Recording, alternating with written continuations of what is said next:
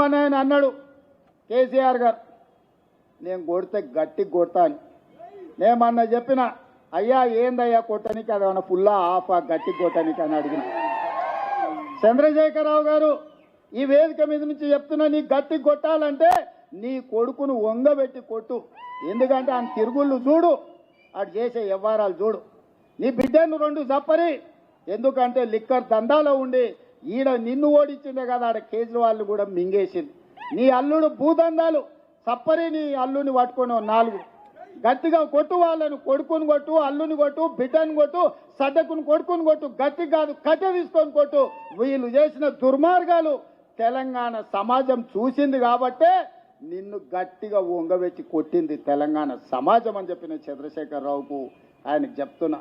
ఇక ఆయన ఊరిస్తున్నాడు, ఇక నేను వస్తున్నా బయటకి అని.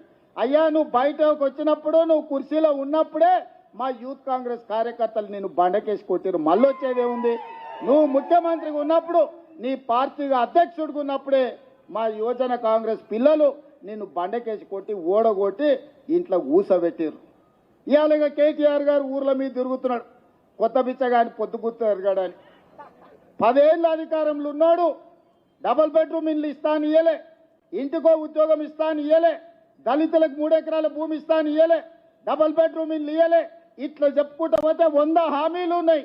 10 ఏళ్ళు అమలు చేయలేదు. 7 లక్షల కోట్ల రూపాయలు అప్పు తెచ్చాడు. 10 నెలలు కూడా కాలేదు, అప్పుడే బిచ్చగాని గంగిరెద్దులో తిరగా సంక్రాంతి పూట గంగిరెద్దుల్లో వచ్చినట్టు ఊరు తిరుగుతున్నాడు. ఈ ప్రభుత్వం ఏం చేయలేదని. ఈ ప్రభుత్వం 5 ఏళ్ల కోసం ఎన్నికైంది. మొదటి సంవత్సరంలోనే 55,000 ప్రభుత్వ ఉద్యోగాలు ఈ ప్రభుత్వం ఇచ్చింది.